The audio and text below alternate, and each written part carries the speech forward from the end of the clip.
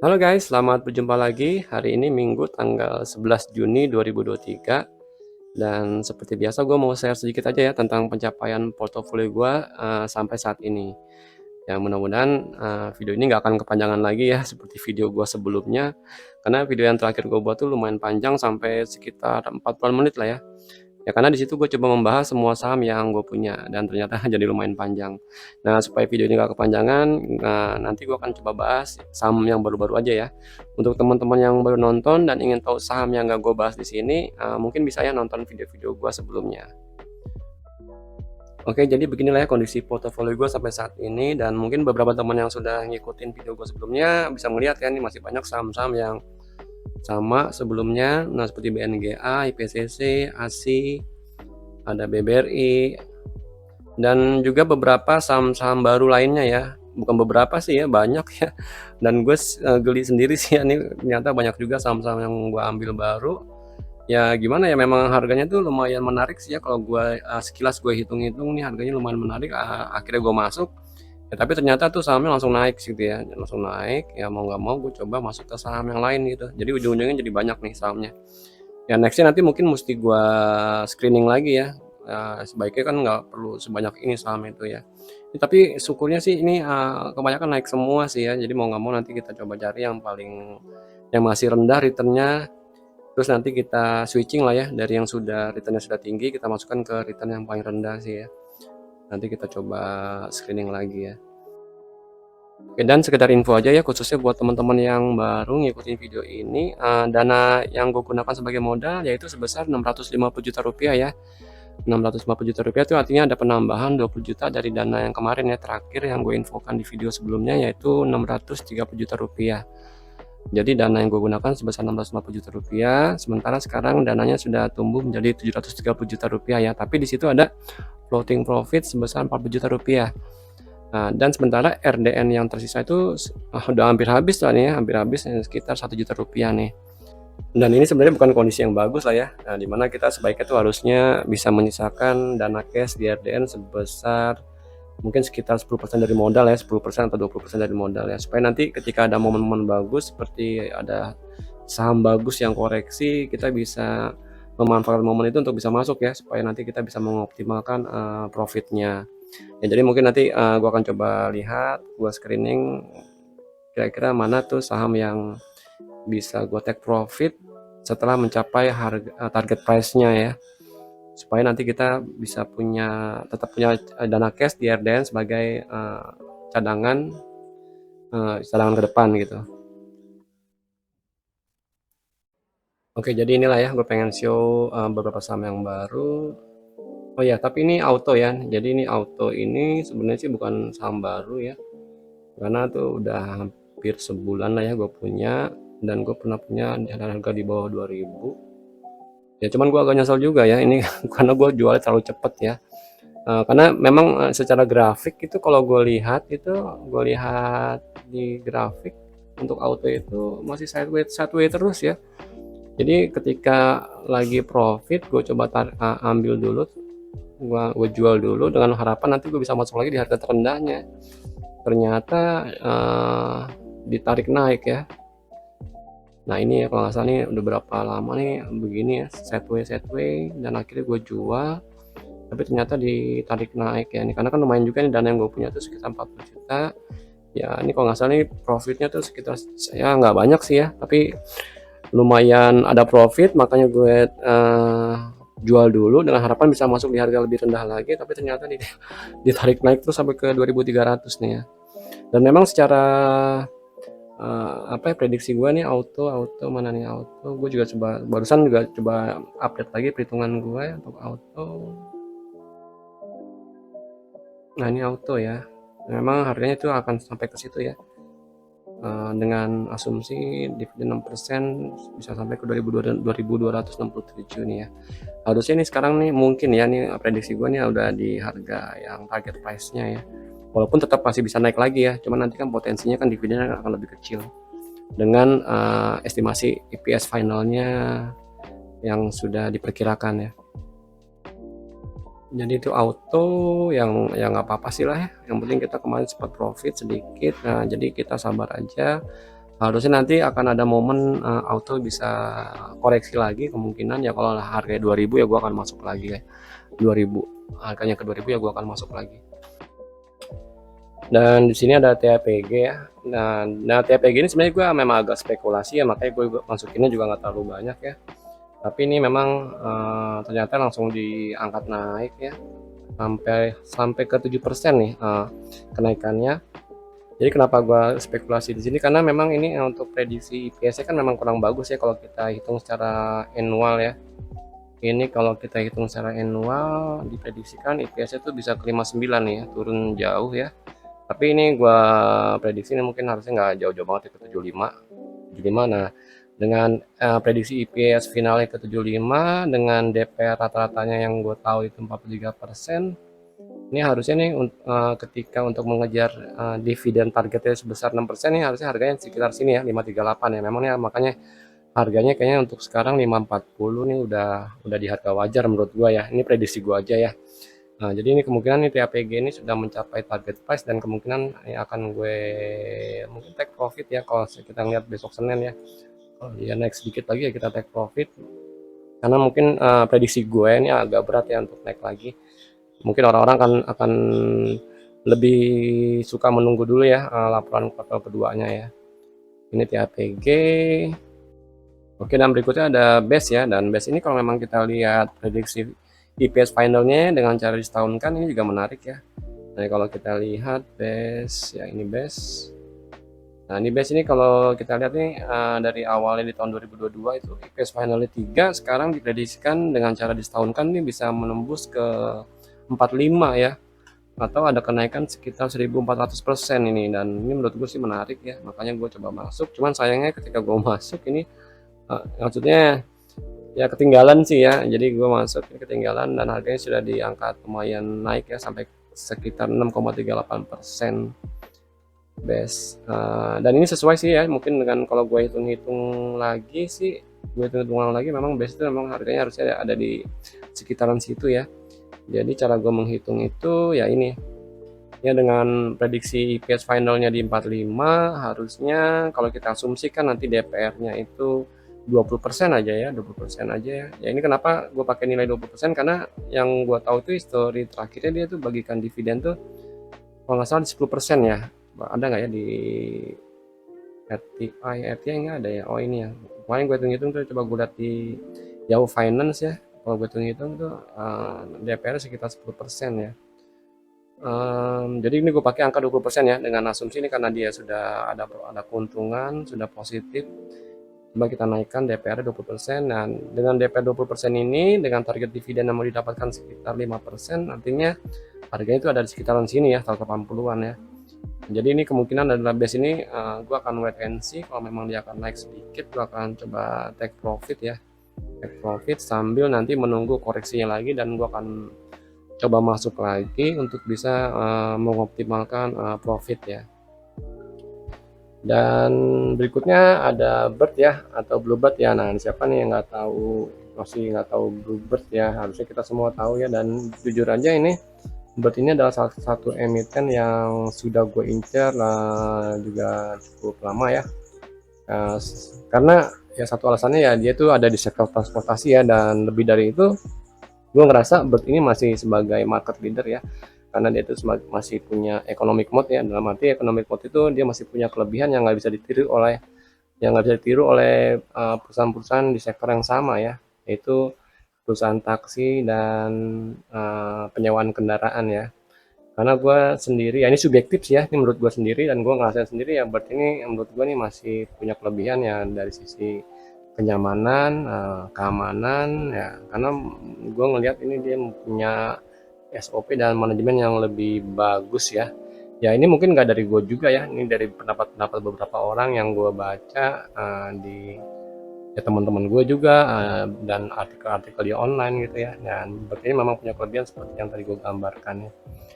Dan gue percaya nih di masa-masa sekarang ini ya, setelah pandemi di mana orang-orang mobilitasnya akan lebih tinggi, ini Bird ini akan mendapatkan keuntungan ya, dimana dia pendapatan dia akan semakin meningkat ya, atau rebound ya. Dan ini terbukti sih ya, kalau kita ngelihat ke laporan keuangannya nih. Laporan keuangannya yang di RTI terlihat di IPS-nya selalu semakin ada peningkatan ya. Jadi dari sebentar nih, nah dari 2021 masih mengalami minus nih, 2022 ini sudah mulai positif dan ada kenaikan yang lumayan tinggi, dan prediksikan nih di 2023 ini secara disetahunkan atau annualize ini bisa tembus sampai ke 197 nih. Dan di sini ada sentimen positif ya, yaitu sebentar lagi juga ada RUPS ya di tanggal 22 Juni ini. Harusnya ini akan jadi sentimen positif yang akan menopang harga sahamnya nih. Oke, tapi di sini kayaknya gue agak sedikit ada kekeliruan ya dalam menghitung harga wajarnya, karena ya IPS yang gue pakai ini sebenarnya ketika gue masuk BERT ini gue ngelihat ke prediksi IPS final di tahun 2023 ya, dimana IPS final itu diprediksikan sampai ke 197 nih. Sementara ini ada momen dividen ya, ada momen dividen nih yang seharusnya kan orang-orang berpatokan tuh kepada IPS saat ini ya, maksudnya IPS di tahun sebelumnya ya, di tahun 2022, di mana IPS-nya itu sudah keluar dan final sebesar 143 nih. Nah ini kalau kita pakai nilai 143, ini sebenarnya harga sekarang itu sudah jauh tinggi ya, karena harga wajar menurut perhitungan gue nih harusnya harganya di sekitar 1573 ya. Karena kenapa 1573 ya, karena dengan nilai sekian 1573 dengan asumsi DPR yang dipakai yaitu 55%, ini nanti investor akan mendapatkan dividen sekitar 5% gitu ya. Tapi ini sih sebenarnya nggak apa-apa ya kalau memang nanti kita punya rencana buat ditahan dalam waktu yang panjang nih. Contoh nih ya, kalau kita roba ke 197 ya, 197. Nah ini ketemu lagi nih harganya memang ada di sini ya, di sekitar 2167 ya. Ya jadi ini bisa dipertimbangkan ya, apakah kita akan take profit dulu sambil melihat nanti kemana harganya. Tapi kan ditakutin nanti kan harganya itu nggak turun ya, mungkin akan naik terus ya. Jadi ini mungkin nanti bisa dipertimbangkan kita ngelihat ke pergerakan harga di hari Senin ya, karena lumayan juga ya kalau kita bisa take profit dulu. Nanti kalau harganya nanti turun dulu sebentar, jadi nanti kita bisa masuk dengan harga yang lebih rendah lagi. Paling itu ya mengenai BERT ya. Dan selanjutnya ini ada beberapa saham baru lagi, yaitu BMTR, ada TOTL, ada GJTL, ada Roti ya, Roti masuk lagi, dan ada Cevin nih. Jadi beberapa saham baru ini sih sebenarnya sama ya, untuk kenapa gue masuk itu karena ya valuasinya kalau itu masih murah ya.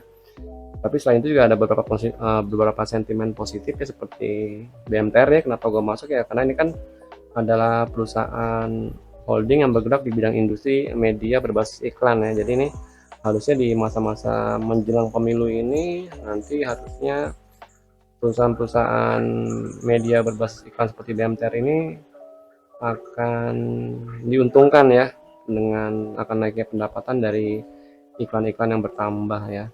Jadi ini adalah salah satu alasan gue kenapa masuk BMTR. Ditambah lagi kalau salah ada rumor ya, di mana si BMTR ini akan merger dengan MNCN ya. Ya kalau memang itu terjadi sih harusnya nanti ada kemungkinan ya, itu BMTR itu dengan pendapatannya makin bertambah nanti bisa memungkinkan dia akan memberikan dividen ya.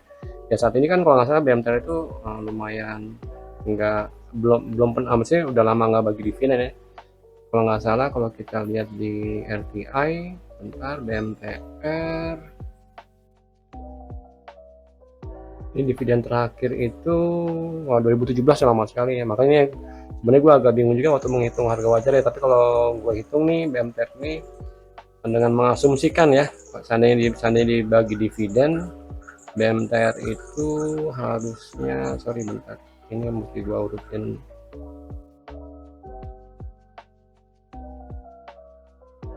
BMTR. Nah, ini dividennya andai dia bagi dividen dengan DPR 30% aja ya. Ini harusnya harganya bisa ke 462 ya. Dan mungkin akan lain ceritanya kalau dia nggak bagi dividen ya, ini mungkin akan nggak valid lagi ya perhitungan ini ya. Tapi kalau kita berandai-andai dia bagi dividen dengan DPR 30%, nih BMTR nih harganya nih menurut gua nih harga wajarnya ada di 462 nih. Berarti ini masih ada margin safety-nya sampai menuju harga wajar nih 32% ya harga saat ini. Yaitu BMTR ya, dan berikutnya nih ada TOTL sama ya, TOTL juga sama sih kalau dari valuasinya setelah dia ARB setelah pembagian dividen ya gue lihat ya nih lumayan oke ya harganya ya, dan makanya gue masuk, dan ini ada kenaikan sedikit di sampai ke 2,58% ya. Juga GJTL ya, GJTL juga sama, ini adalah perusahaan yang bersangkutan dengan transportasi ya, dimana dia tuh memproduksi ban ya, salah satunya tuh merek yang kita kenal itu IRC ya, IRC ya, dan gue juga pakai, makanya ini gue rasa ini terkait untuk kita miliki ya. Oke, dan berikutnya ada saham roti ya, dan di saham roti ini sebenarnya gue agak sedikit spekulasi ya, spekulasi dalam arti kan ini kan sebenarnya kan harga nilai EPS-nya kan diprediksikan tuh memang akan menurun ya di EPS finalnya di tahun 2023 ya, karena di kuartal pertama itu sudah ada penurunan ya kalau dibandingkan dengan kuartal pertama di tahun 2022. Tapi gue percaya ini dari laporan keuangan yang pernah sempat gue baca ya, memang ini untuk penurunan ini disebabkan karena harga bahan pokok itu yang lagi melambung tinggi ya, yaitu harga gandum ya. Dan kalau gue monitor di harga gandum saat ini tuh sedang terus ada penurunan ya, dan gue berharap nih dengan penurunan harga gandum ini nanti akan mendongkrak kinerjanya di kuartal kedua nih ya, dan juga kuartal-kuartal berikutnya ya. Jadi gue prediksikan harusnya nih untuk EPS final itu nggak di 32 ya, bisa lebih, mungkin minimal maksimalnya itu, atau prediksi gue adalah bisa kembali ke nilai 70 ya untuk EPS finalnya ya. Jadi dengan nilai 70 ini gue prediksikan untuk harga wajarnya yaitu, kalau memang benar nanti kuartal keduanya itu membaik karena harga bahan pokok yang sudah mulai turun. Ini kalau kita simulasikan dengan EPS-nya di nilai angka 70, artinya dengan dividen 5%, artinya nih harganya bisa kembali ke 1.400 lagi nih ya. Ya ini kan cuma prediksi ya, nanti sambil kita monitor untuk perkembangan kinerjanya di laporan kuartal kedua gitu. Ya paling begitu aja untuk saham roti, dan berikutnya ini ada saham Cevin ya. Nah, saham Cevin ini kan sebenarnya kan juga perusahaan pembiayaan ya, dan perusahaan pembiayaan itu gue sudah punya dua sebenarnya ya, yaitu ada Cevin dan ADMF ya. Tapi kenapa Cevin ini menarik buat gue, karena nih secara valuasi ini memang masih murah ya, masih murah. Jadi kalau kita lihat Cevin itu valuasinya untuk PBV-nya aja itu masih 0,3 ya, 0,3, dan dengan price earning itu di bawah 5 ya, 3,89 ya. Ya cuma sayangnya memang ini belum nggak bagi dividen ya, kalau nggak pernah bagi dividen, dan memang agak susah untuk menghitung harga wajarnya ketika emiten itu nggak bagi dividen ya. Tapi kalau kita berandai-andai seandainya dia bagi dividen ya, mungkin dengan nilai yang kecil aja ya, sekitar DPR 30% nih ya, kalau gue hitung 30%. Nah ini artinya bisa gue prediksikan untuk harga wajarnya itu ada bisa sampai ke 630 ya, dengan harapan dividen didapatkan adalah sebesar 5% ya. Nah, jadi 630 dengan DPR 30%, nanti harusnya dividen 5%, makanya ini harganya bisa diprediksikan ke 630 ya. Ini kan prediksi aja ya kalau dia bagi dividen ya, tapi mungkin karena kondisi dia tidak bagi dividen nih, makanya perhitungannya bisa jadi tidak valid ya, tapi mungkin bisa jadi acuan kita ya. Ya seperti itu ya untuk Kevin ya. Dan ya paling itu aja sih ya untuk saham-saham yang barunya ya. Paling ini ada saham lama saham legend gue, yaitu saham UNTR ya. Dan kemarin tuh sempat gue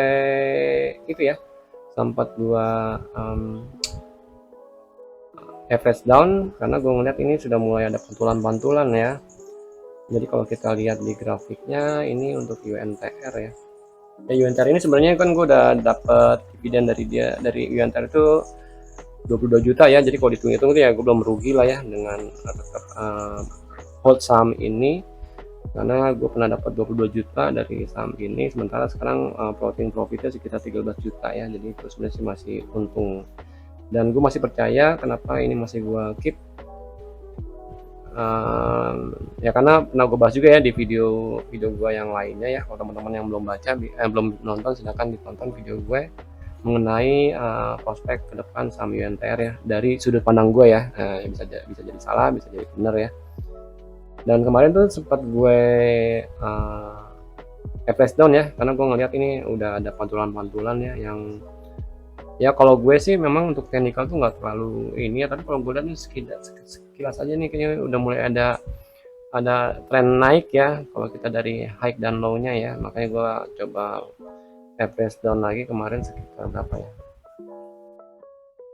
sekitar UNTR kemarin, oh ya ini sekitar 20 jutaan ya kalau nggak salah, 20 jutaan ya. Ini ada 9 Juni ya, 9 juta sama 11 juta, 22 jutaan ya, 22 jutaan gue masukin ya. Sekali lagi ini kenapa gue masih percaya nih, karena di sini gue juga melakukan perhitungan ya, prediksi gue ya, dimana sebenarnya sih kalau kita lihat EPS secara annualized-nya itu diprediksikan dia ke 5.700 ya.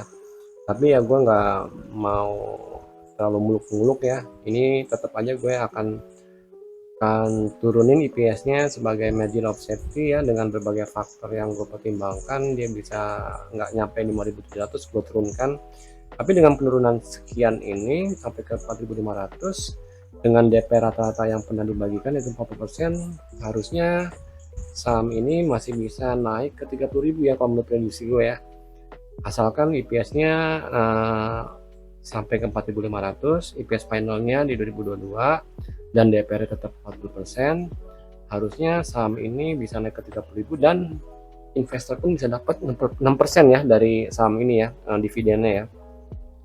Jadi ini prediksi gue kenapa gue masih tetap tahan pegang saham ini ya.